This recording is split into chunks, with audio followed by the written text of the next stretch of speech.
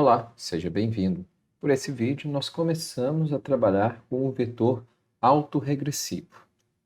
Iremos aprender o que é esse vetor autorregressivo, como podemos estimar e interpretar os seus coeficientes ao longo desse e nos próximos vídeos. Nós vimos anteriormente modelos univariados, ou seja, nós tínhamos uma variável, por exemplo, zt, que era explicada pelo seu próprio valor defasado.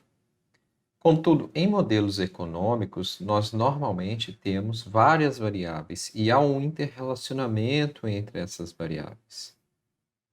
Assim, se utilizarmos modelos univariados, teremos uma resposta, um modelo limitado e inadequado para esse caso.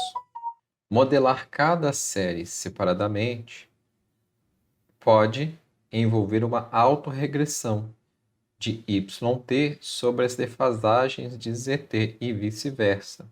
E se nós estivermos trabalhando com modelos univariados, essa abordagem não irá capturar essa interrelação entre as variáveis. Ademais, quando as variáveis são endógenas, não estamos seguros de sua exogeneidade também, podemos tratar as variáveis simetricamente. Considere um caso em que nós temos, então, duas variáveis, yt e zt. Podemos supor que yt é afetado pelos valores correntes de z e passados de z também, aqui considerando apenas uma defasagem, e que os valores de z são afetados pelos valores correntes de y e defasados de y também, e aqui com uma defasagem. E y e z também dependem, são afetados, o seu valor corrente, pelo seu próprio valor passado, aqui com uma defasagem. Nós assumimos que yt e zt são estacionários, que yt e zt são ruído branco, com desvio padrão sigma y e sigma z, ou seja, homocedástico, e que essas séries também são não correlacionadas. Essas séries constituem o que nós chamamos de vetor autorregressivo. Como nós temos apenas uma defasagem, como nós vimos, então nós temos aqui um var 1. Perceba então que B12 é o coeficiente que captura o efeito, a relação contemporânea entre zt e yt. E que γ11 é o coeficiente que captura o efeito agora defasado de yt-1 sobre o próprio y, por exemplo. É importante observar se B12 não é igual a zero, nós temos que zt tem um efeito indireto e contemporâneo sobre yt, por exemplo. O mesmo aqui se aplicando, então, sobre o B21. Assim, nós temos que yt tem um efeito indireto contemporâneo também sobre zt. É importante notar que, da forma como as equações estão representadas aqui, o relacionamento é simétrico.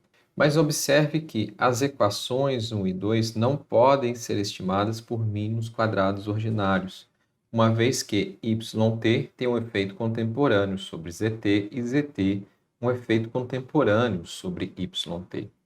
Nesse caso, se nós estimássemos por mínimos quadrados ordinários, as estimativas sofreriam do viés de simultaneidade, uma vez que os regressores e os termos de erro estariam correlacionados. Contudo, nós podemos transformar esse sistema de equações para facilitar a nossa estimação. Para isso, então, considere o modelo anterior representado da forma matricial. Então, se nós tínhamos, por exemplo, nossa primeira equação anterior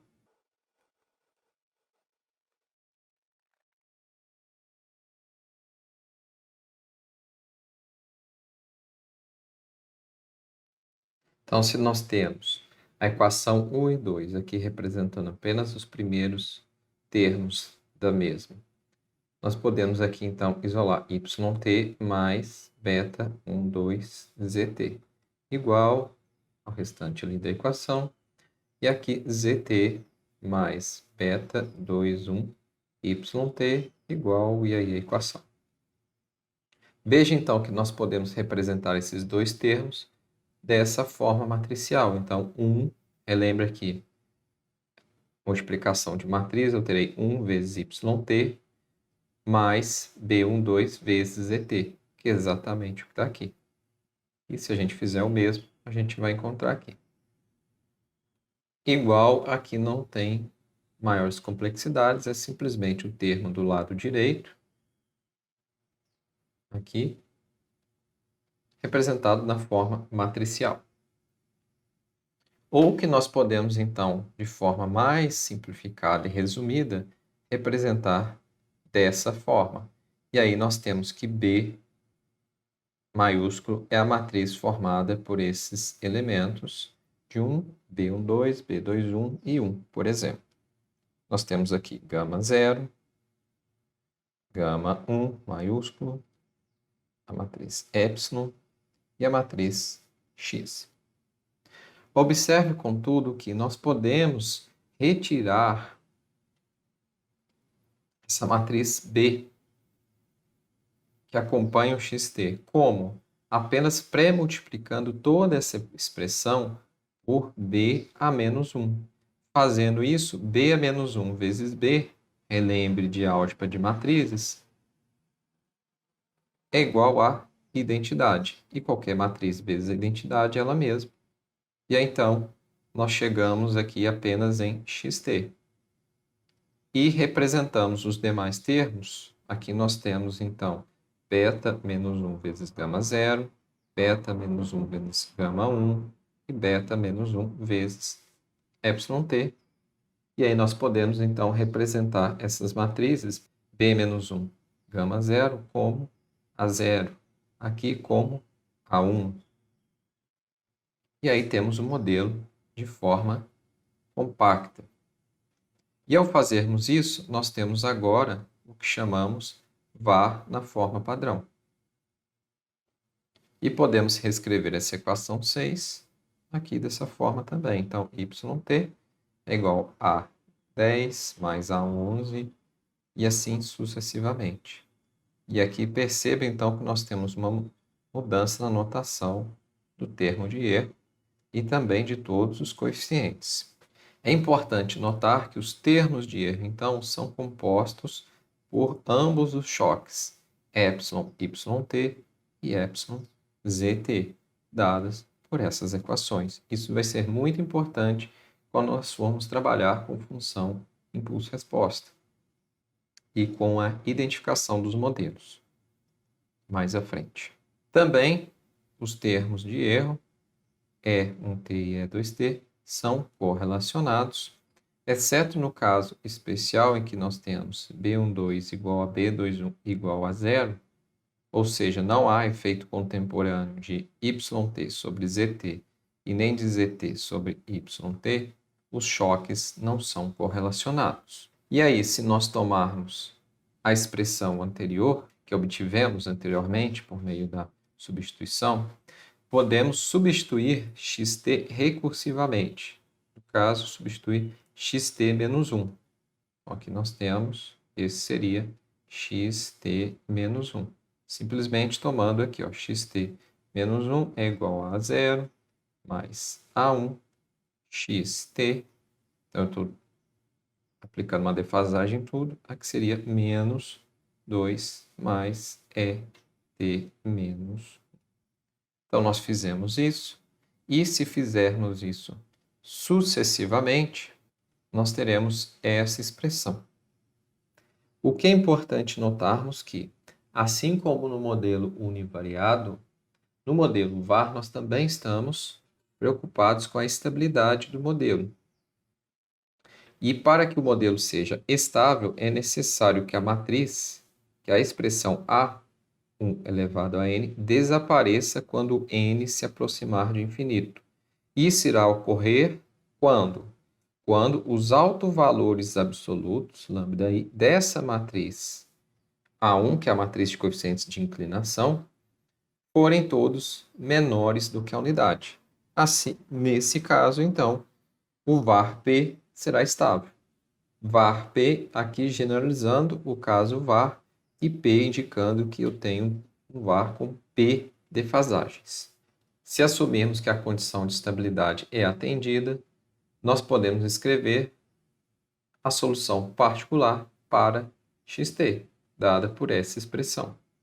Isso também será importante mais à frente, quando nós formos trabalharmos com a função impulso-resposta. Nós voltaremos nesta expressão em maiores detalhes. Ficaremos por aqui nesse vídeo.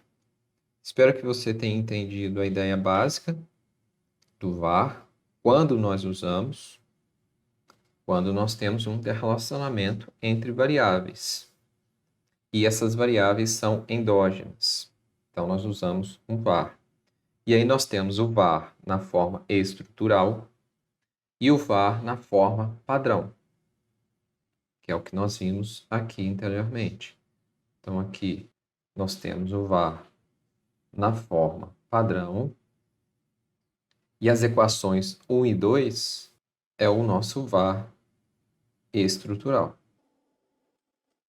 É importante atentar para as pressuposições do nosso modelo, o relacionamento de feedback que está presente nesse modelo entre yt e zt, e os passos que nós fizemos do var estrutural até chegarmos no var na forma padrão. No próximo vídeo, iremos ver como podemos estimar um var, veremos a questão teórica, mas também veremos a estimação de forma aplicada no R. Até o próximo vídeo.